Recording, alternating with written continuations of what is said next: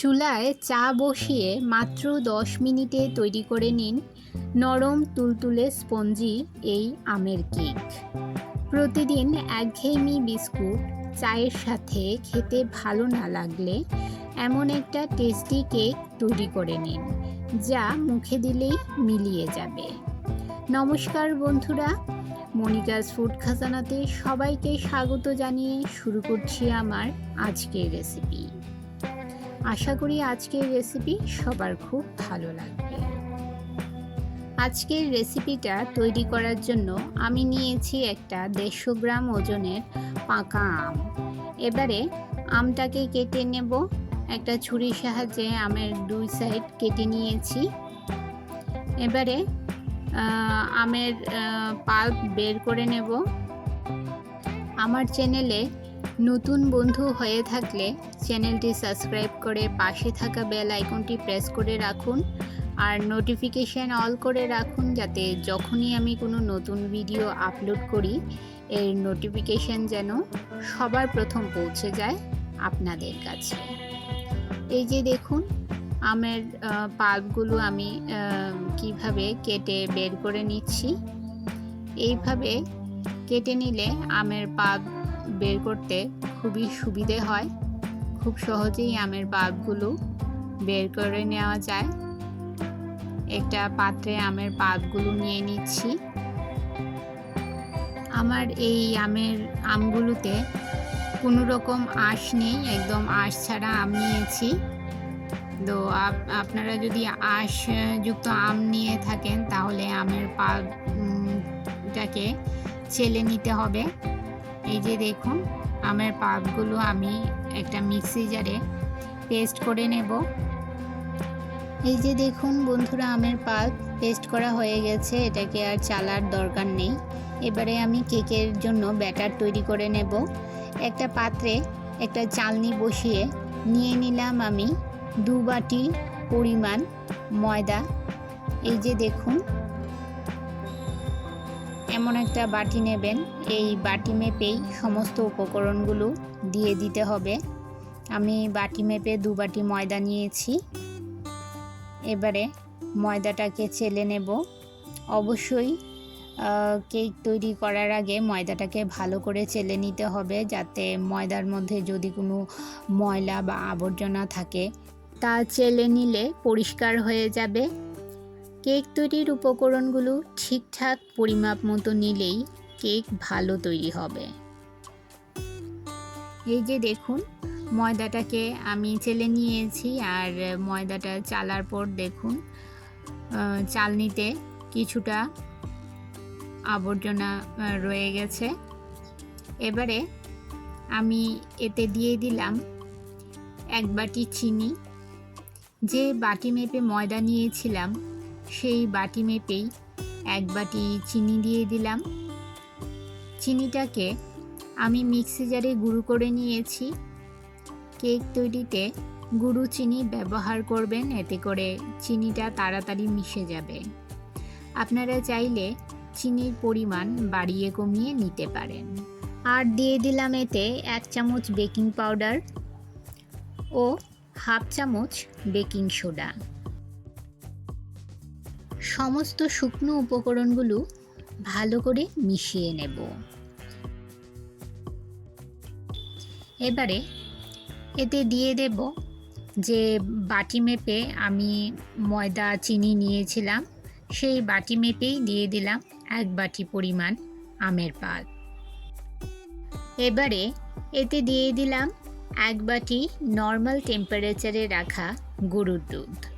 দুধটাকে আমি আগেই জাল দিয়ে ঘন করে নিয়েছি। এবারে সমস্ত উপকরণগুলো খুব ভালো করে একসাথে মিশিয়ে নেব। বন্ধুরা, যারা এই পর্যন্ত আমার এই ভিডিওটি ধৈর্য সহকারে দেখছেন অথচ একটা লাইক দিতে ভুলে গেছেন, তাদের কাছে অনুরোধ, প্লিজ একটা লাইক দিয়ে ভিডিওটি কন্টিনিউ করুন।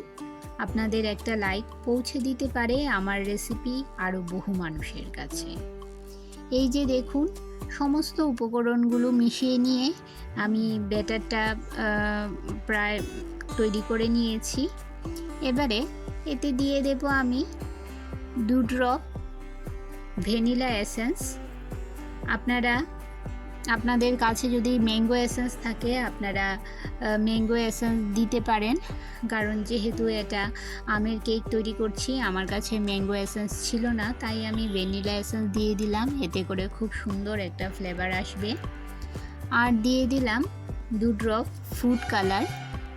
ফুড কালার সম্পূর্ণ অপশনাল, আপনারা চাইলে নাও দিতে পারেন। ফুড কালার ছাড়াও আপনারা এই কেকটা তৈরি করতে পারেন, তবে ফুড কালারটা দিলে এর মধ্যে খুব সুন্দর একটা রং আসবে, তাই জন্য আমি 2 ড্রপ ফুড কালার দিয়ে দিলাম।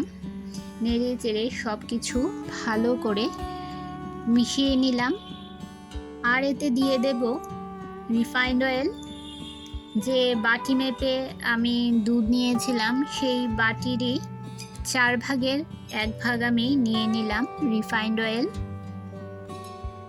রিফাইন্ড অয়েলটা দিয়ে এই ব্যাটারের সঙ্গে খুব ভালো করে মিশিয়ে নিতে হবে। একদম খুব ভালো করে ব্যাটারটাকে ফেটিয়ে নিতে হবে। যত বেশি কেকের ব্যাটারটাকে ফেটিয়ে নেবেন কেক ততটাই স্পঞ্জি ও ফ্লাপি তৈরি হবে। একদম ডিম ছাড়া সম্পূর্ণ নিরামিষ পদ্ধতিতে আমি এই কেকটা তৈরি করছি। আমার কেকের ব্যাটারটা পুরোপুরি রেডি হয়ে গেছে। এবারে ব্যাটারটা আমি একটা সাইডে রেখে দেব। বন্ধুরা এই যে দেখো, কেক তৈরি করতে আমি এই যে একটা আপ্পাম মোল্ড নিয়েছি। আমার কাছে এই আপ্পাম মোল্ডটা ছিল, এর মধ্যেই আমি আজকে কেকটা তৈরি করব। মোল্ডে আমি সামান্য তেল ব্রাশ করে নিচ্ছি। যদিও তেল ব্রাশ করার তেমন প্রয়োজন নেই, তবুও যদি নিচে লেগে যায় তাই ভেবে আমি এই সামান্য একদম সামান্য তেল ব্রাশ করে নিয়েছি। এবারে কেকের ব্যাটারটা একটা চামচে করে অল্প অল্প করে নিয়ে এই ছাঁচের মধ্যে দিয়ে দেব। পুরো ছাঁচ ভর্তি করে দেওয়া যাবে না, কারণ কেকটা ফুলে অনেকটা জায়গা নিয়ে নেবে, তাই কেক ফুলার জন্য সামান্য জায়গা রেখে ব্যাটারটা ছাঁচে দিয়ে দিতে হবে। আপনাদের কাছে যদি এই রকম আপ্পাম মোল্ড না থাকে তাহলে আপনারা ছোট ছোট স্টিলের বাটিতেও এই কেকের রেসিপিটা তৈরি করতে পারেন। এই যে দেখুন পুরোটা ছাঁচের মধ্যে আমি কেকের ব্যাটার দিয়ে ভর্তি করে নিয়েছি। এবারে এই রকমভাবে একটু ট্যাপ ট্যাপ করে এই ব্যাটারটাকে কেকের ব্যাটারটাকে সেট করে নিতে হবে, যাতে নিচে সমানভাবে সেট হয়ে যায়।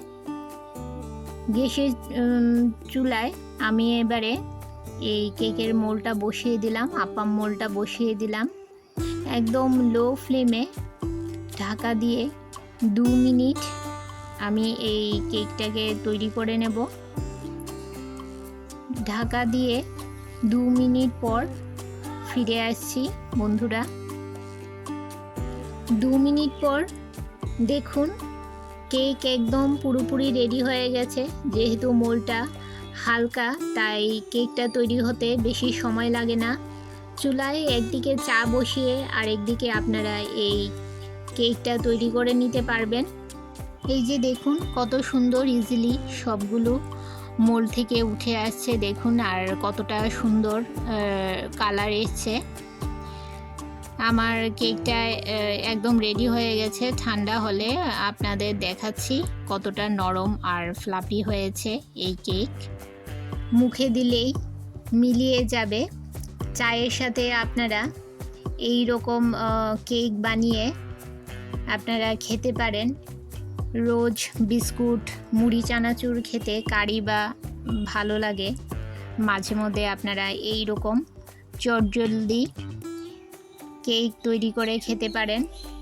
কেকগুলো দেখুন কতটা সুন্দর হয়েছে। দেখতে যতটা সুন্দর খেতেও ততটাই সুস্বাদু বন্ধুরা। আমার আজকের রেসিপি আপনাদের কেমন লাগলো অবশ্যই কমেন্ট করে জানাবেন, আর ভালো লাগলে শেয়ার করবেন আপনাদের আত্মীয় ও বন্ধুদের কাছে। তাহলে বন্ধুরা আজকে এই পর্যন্তই, আবার দেখা হবে আরেকটি নতুন ভিডিওতে নতুন রেসিপি নিয়ে। সবাই ভালো থাকবেন, সুস্থ থাকবেন।